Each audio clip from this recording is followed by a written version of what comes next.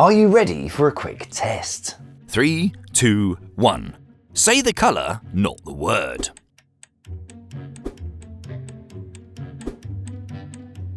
Put your hand on your head. Which hand did you use? Look at this word and close one eye. Which eye is still open? Questions like these are purported to show how our brains work while also revealing our key mental strengths and weaknesses. It asks, are you right-brained or left-brained? According to these sorts of personality tests, there are two dispositions that make up a person's identity. Those of us with more dominant right sides are said to be the spontaneous, intuitive, creative ones, while those of us with left-sided dominance are labelled as logical and analytical sorts, who love getting stuck into the finer details. But can we be reduced to two archetypes? Is it really a world of artists versus scientists? I'm Stu, this is Debunked, and we're here to sort the truths from the myths and the facts from the misconceptions. This video is sponsored by Backblaze.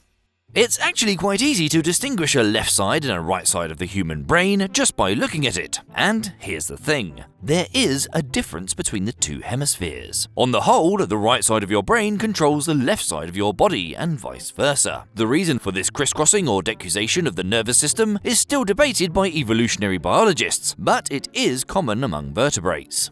One theory put forward, called the somatic twist model, argues that this came about with the appearance of the earliest vertebrates, and that our bodies essentially went on a 180-degree twist relative to the brain. Or to put it another way, our heads are on backwards.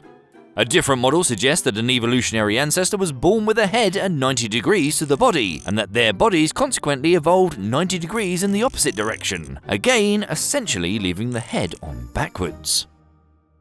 Regardless of how we got here, the right side-left side split goes beyond simply controlling the two sides of our body, as different areas of the brain are responsible for other key elements of cognitive function. It's absolutely true that some brain functions occur in one or the other side of the brain. Language tends to be on the left, attention more on the right.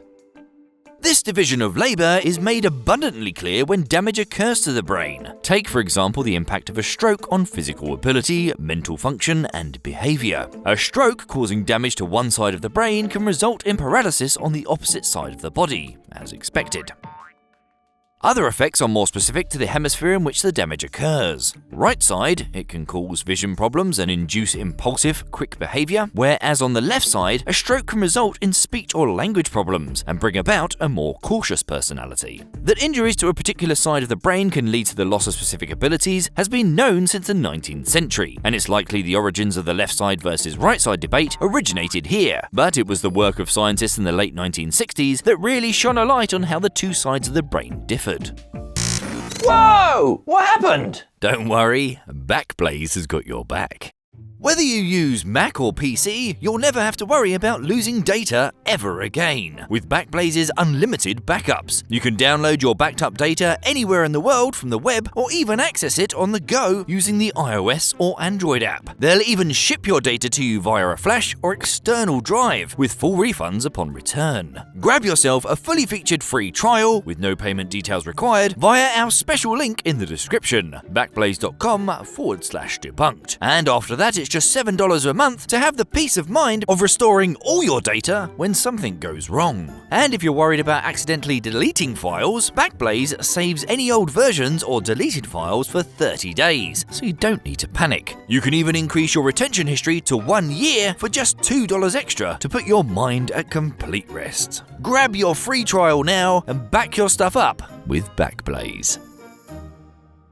So far, we've spoken of the brain in terms of two hemispheres, almost as if it wasn't a single organ. But it's crucial to remember that those two hemispheres are connected through something called the corpus callosum, a band of neural fibers that lets the two sides communicate with each other. Back in the 1960s, though, the corpus callosum was sometimes deliberately severed in people suffering from a severe form of epilepsy, creating what is known as split brain patients. Since the two sides of the brain could no longer interact, it was now possible to observe how the two sides responded to various stimuli. And this is exactly what neuropsychologist Roger Sperry did. His work and that of his colleagues, which won the Nobel Prize in 1981, established details like the right side of the brain handling music and space perceptions. If you're giving out directions or making a map, yep, that's the right side doing its job. The left side of the brain specialised in taking care of analytical and verbal tasks. Speech, for example, was much stronger on the left side, with the right only being able to produce basic words and phrases. However, split brain experiments also showed that the right hemisphere contributed to language by adding emotional context.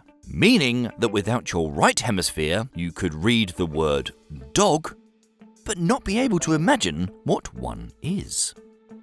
What this latter example shows is that the right side and left side of the brain, and the abilities normally associated with each, are not mutually exclusive. Both sides of the brain work together when it comes to language. And this cooperation stretches to other areas too.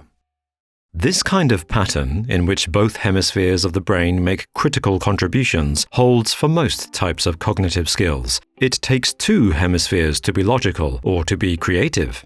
Even those labels are problematic. Take maths, or math if you prefer. On the face of it, a logical rather than a creative skill, and a job for your lab coat wearing left brain, rather than your beret wearing boho chic right brain. But that's not how it plays out in reality. The right hemisphere contributes in areas like estimating numbers of objects, while the left hemisphere is great when it comes to counting and recalling multiplication tables, since these rely on memorized verbal information. So that's both sides being logical.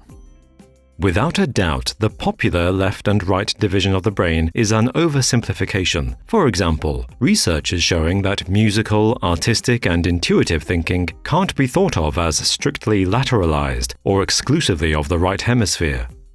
Okay, so we've established that our brains are divided into two hemispheres, which handle specific abilities. But if those hemispheres work together across so-called logical and creative things, is it even possible to be left brain or right brain dominant? Well, no, it isn't. It turns out those online brain tests and the personalities attached to them are nothing but a myth. In 2013, neuroscientists at the University of Utah published the results of a study that involved scanning the brains of over 1,000 people. The study did uncover patterns and reasons for brain connections to be particularly left or right-sided, but they found no evidence of the brain network being stronger in either hemisphere amongst any of the subjects. In other words, there is no such thing as left or right-sided dominance.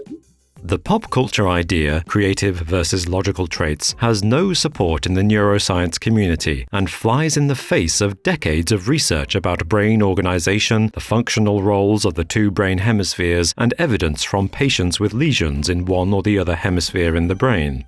The notion of hemisphere dominance doesn't stack up from an efficiency point of view either. There wouldn't be much point in having, for example, a right hemisphere sitting there twiddling its neurons while your left brain was in overdrive doing most things. Instead, having both sides work semi-independently, utilizing different approaches and perspectives, is a far more complementary strategy for solving problems. So how come this idea of our personalities being linked to a dominant side of the brain became so ubiquitous? Well, it seems like the Nobel Prize-winning research on the split brain patients and the differences between the hemispheres was picked up by pop psychologists as an easy way to explain why we act the way we do. Before the internet, the right versus left brain debate was popularized in self-improvement books and therapies that promise to unlock the secrets of your weak hemisphere, or capitalize on your strong side. It's not out of the realms of possibility that you've been asked whether you're right or left-brained on a job application.